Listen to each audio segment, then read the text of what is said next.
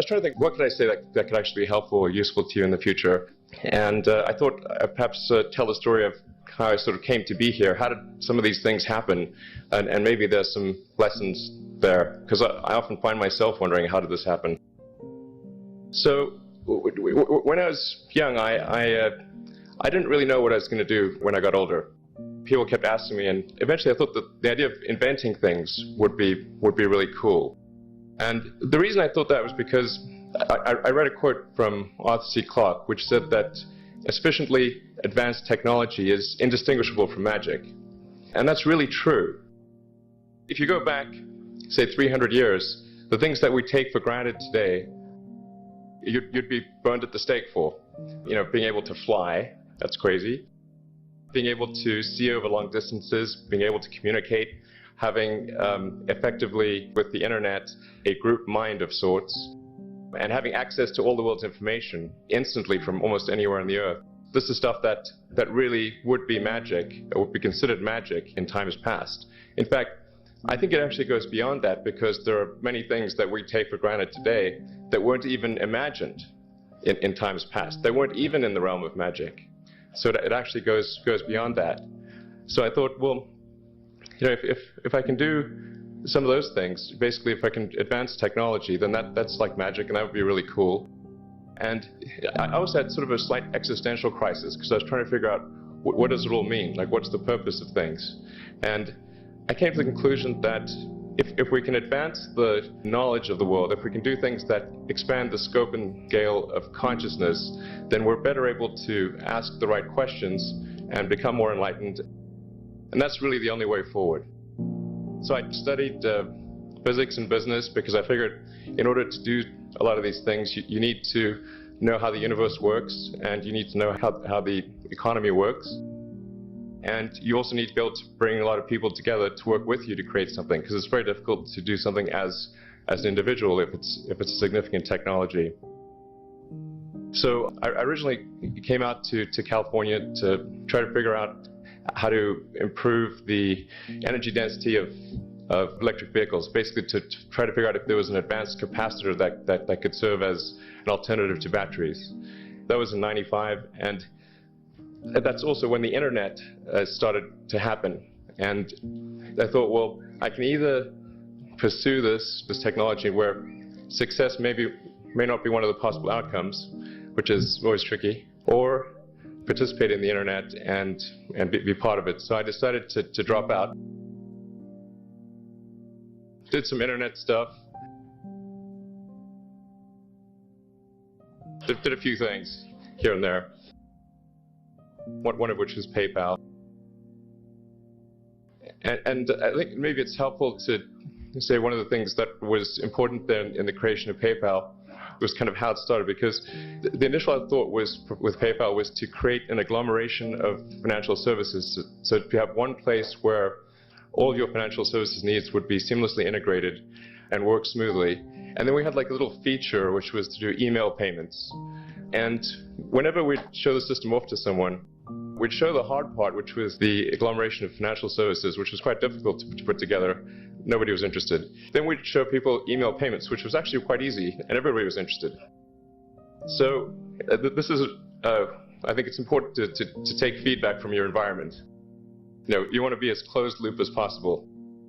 So we focused on email payments and really try to make that work, and that's what really got things to take off. But if we hadn't responded to what people said, then we probably would not have been successful. So it's important to look for things like that and focus on them when you see them, and you correct your prior assumptions. And then going from PayPal, I thought, well, what are some of the other problems that are likely to most affect the future of humanity? It really wasn't from the perspective of what's the rank-ordered best way to make money, which is okay, but it was really what I think is going to most affect the future of humanity. So I think the biggest terrestrial problem we've got is sustainable energy, but the production and consumption of energy in a sustainable manner. If we don't solve that this century, we're in deep trouble. And then the other one being the extension of life beyond Earth to make life multiplanetary.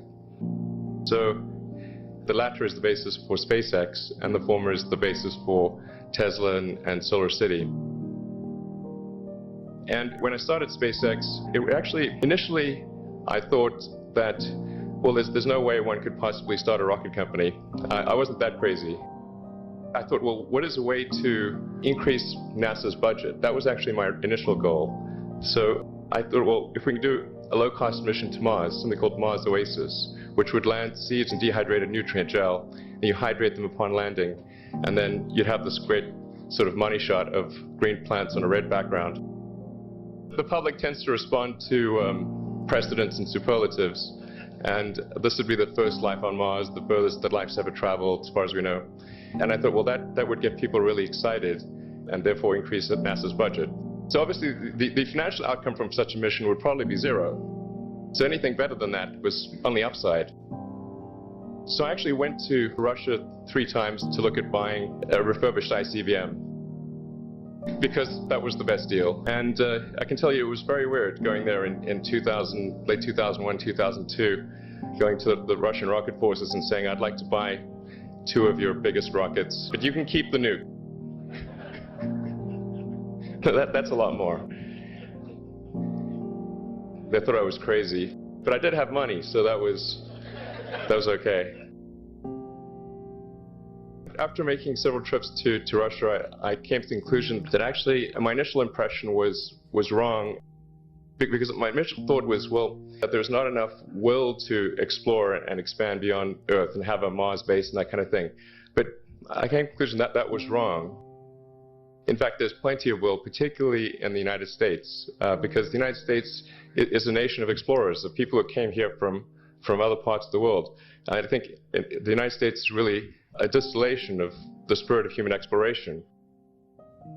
But if people think it's impossible, or it's going to completely break the federal budget, then they're not going to do it. So after my 3rd trip, I said, okay, well, what we really need to do here is try to solve the space transport problem. And started SpaceX. And this was against the advice of pretty much everyone I talked to. One friend made me sit down and watch a bunch of videos of rockets blowing up. Let me tell you, he wasn't far wrong. It was tough going there in the beginning, because I'd never built anything physical. I mean, I'd built like little model rockets as a kid and that kind of thing, but I'd never had a company that built anything physical. So I had to kind of figure out how to do all these things and bring together the right team of people. And so we did all that and then failed 3 times. It was tough going.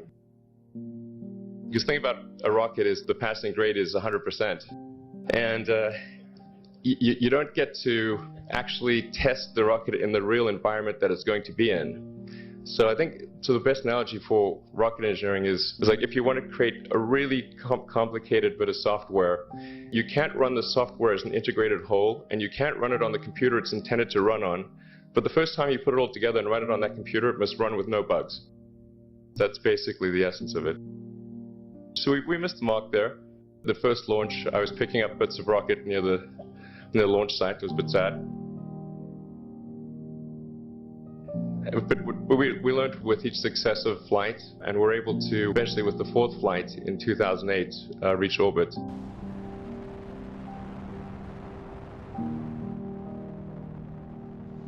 And that was also with the last bit of money that we had. So thank goodness that happened. I think the saying is 4th time's the charm. So we got the Falcon 1 to orbit, and then began to scale that up to the Falcon 9, which is about an order of magnitude more thrust. It's around 1 million pounds of thrust. And we managed to get that to orbit, and then developed a Dragon spacecraft, which recently was able to dock and return to Earth from the space station. That was a white-knuckled event. It's a huge relief. Still can't quite believe it actually happened. But there's a lot more that must happen beyond this in order for humanity to become a spacefaring civilization, ultimately a multi-planet species. And that's something I think it's vitally important, and I hope that some of you will participate in that, either at SpaceX or at other companies, because it's just really one of the most important things for the preservation and extension of consciousness. I mean, it's worth noting, as I'm sure people are aware, that the Earth has been around for 4 billion years, and civilization, at least in terms of having writing, has been around for 10,000 years, and that's being generous. So it's really somewhat of a tenuous existence that civilization and consciousness as we know it has been on Earth. And I think I'm actually fairly optimistic about the future of Earth. I don't want to sort of people to have the wrong impression that I think we're all about to die. I think things will most likely be okay for a long time on Earth. But not for sure, but most likely. But even if it's sort of 99% likely, a 1% chance, it's still worth spending a fair bit of effort to ensure that we have backed up the biosphere, planetary redundancy, if you will. So I think it's really quite important. And in order to do that, there's a breakthrough that needs to occur, which is to create a rapidly and completely reusable transport system to Mars, which is one of those things that's right on the borderline of impossible. That's sort of the thing that we're going to try to achieve there with SpaceX. And then on the Tesla front, the goal with Tesla was really to try to show what electric cars can do, because people had the wrong impression. We had to change people's perception of an electric vehicle, because they used to think of it as something that was slow and ugly and had low range, kind of like a golf cart. So that's why we created the Tesla Roadster, to show that you can be fast, attractive, and long range. And it's amazing how, even though you can show that something works on paper and the calculations are very clear, until you actually have the physical object and they can drive it, it doesn't really sink in for people.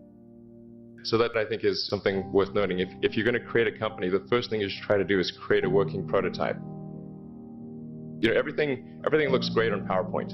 You can make anything work on PowerPoint, but if you have an actual demonstration article, even if it's in primitive form, that's much more effective for convincing people.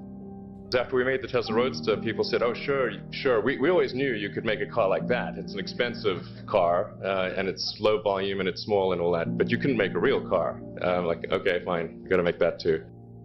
But I think the overarching point I want to make is that you guys are the magicians of the 21st century. Don't let anything hold you back. Imagination is the limit, and go out there and create some magic. Thank you.